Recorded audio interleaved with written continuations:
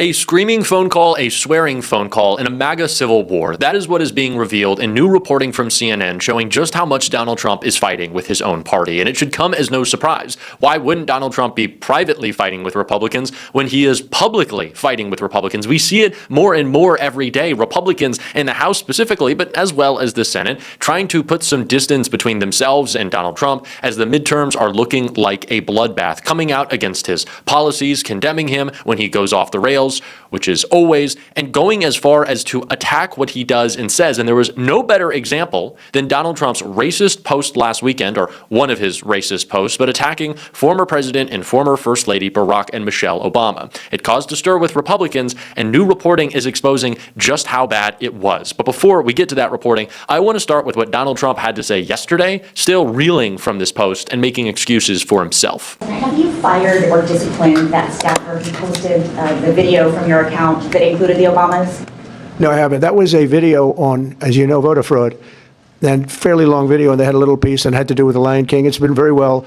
It's been shown all over the place long before that was posted. But that was a very strong, and I'm sure you saw it, a very strong piece on voter fraud.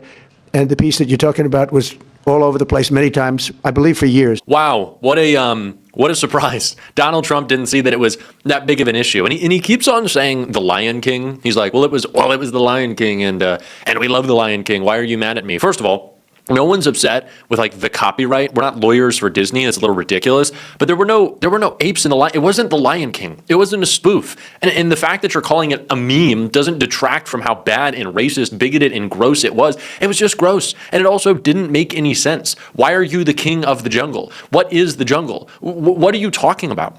Donald Trump is just Facebook uncle posting at this point because he's got nothing else to do with his time, because he can't govern. He doesn't have control of Congress, and he can't govern himself. He's in cognitive and physical decline. And so, of course, he's just going to be lashing out at whoever upsets him the most this week and the week before and the week after that. And of course, Barack Obama is always existing in Donald Trump's mind. But as we remember, there was a bit of backlash. There was some outrage from MAGA Republicans, and I want to remind us what it looked like with Tim Scott before we get to how Trump reportedly responded.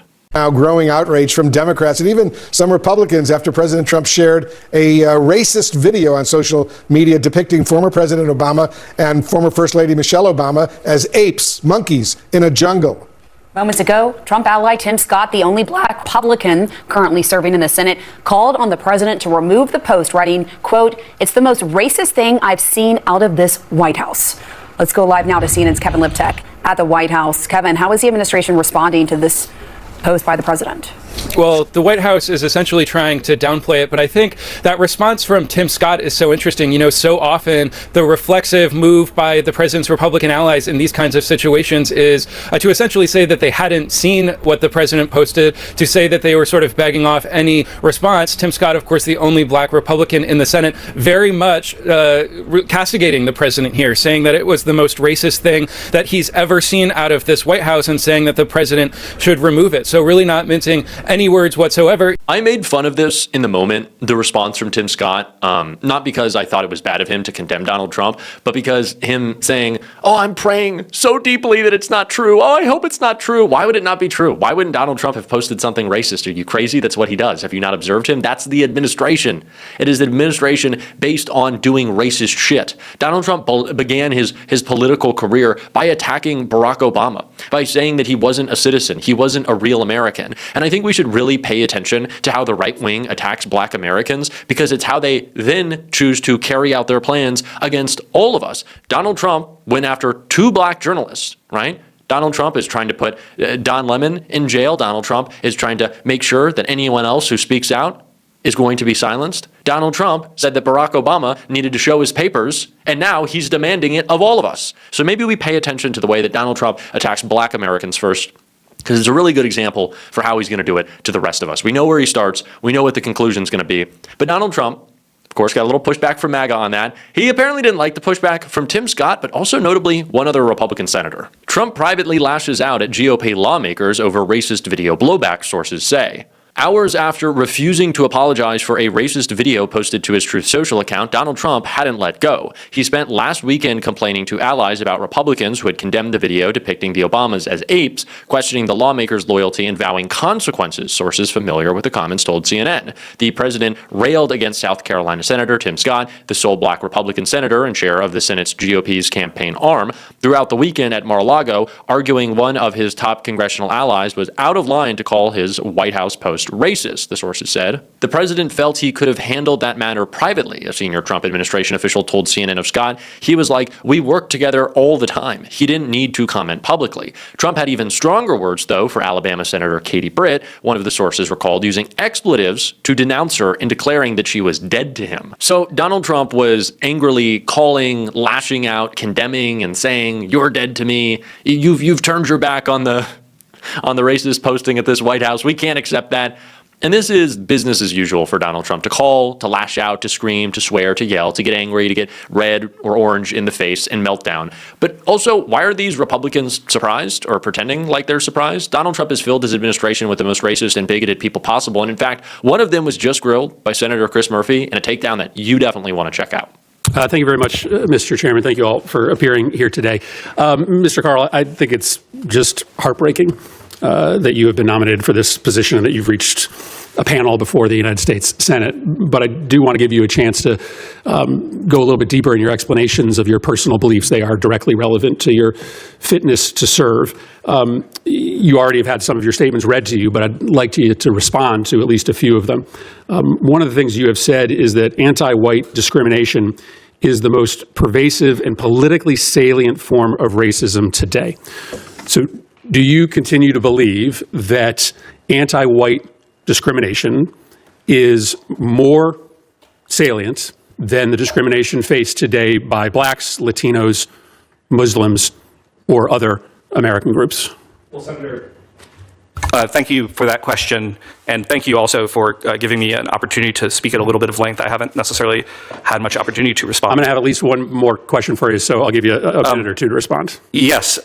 So thanks to the great work of my friend Harmeet Dillon as the Assistant Attorney General of Civil Rights, I actually think that we've done an incredible job in this administration of getting rid of certain policies that discriminate particularly against white Americans, but also in some cases Asian Americans. Well, just maybe answer my question. Let's rewind, because maybe you'll suggest that everything is fine now. Let's rewind a year ago. A year ago, were white Americans the most discriminated against group in the United States? You said it. So yeah. Senator, no, certainly this is my belief. I'm not running away from that. I think that while, of course, all races in different contexts can be subject to really severe discrimination, that when we look at our legal structures, white Americans are often very disfavored in overt ways. We're seeing this in the Small Business Administration, many other places. So your belief is that white Americans face more discrimination, at least prior to the Trump administration fixing this, than black Americans? On average, Senator, yes, that's correct, and I'm not running away from that statement at all.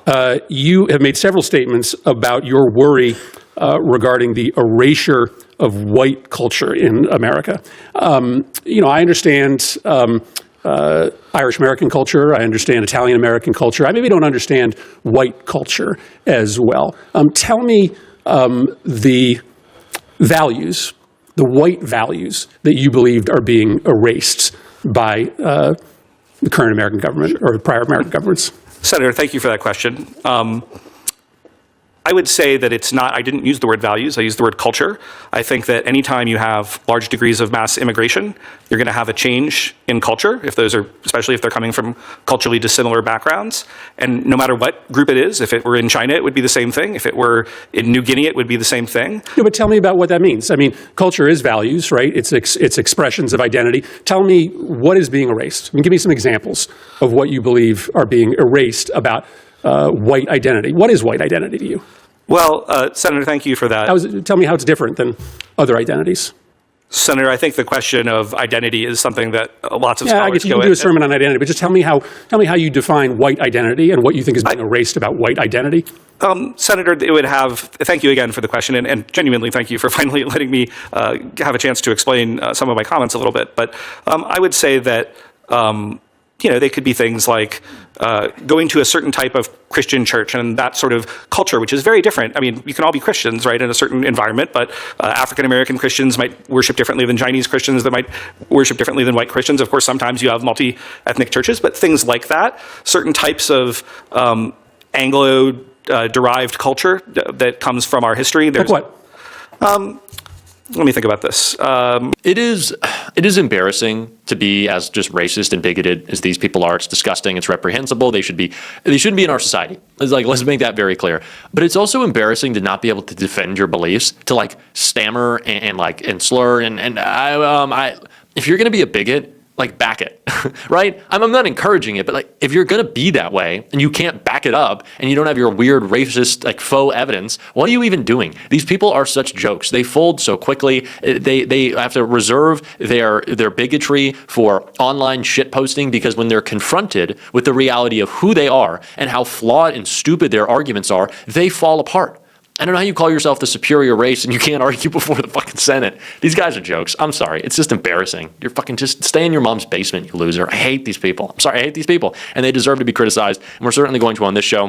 And we're going to be getting lots of posts up of these racists getting called out. Over on Shift, I'm going to keep plugging it. Subscribe over here or watch one of our latest videos. Keep on fighting, y'all. Don't let them silence you. And until next time, I'll see you soon.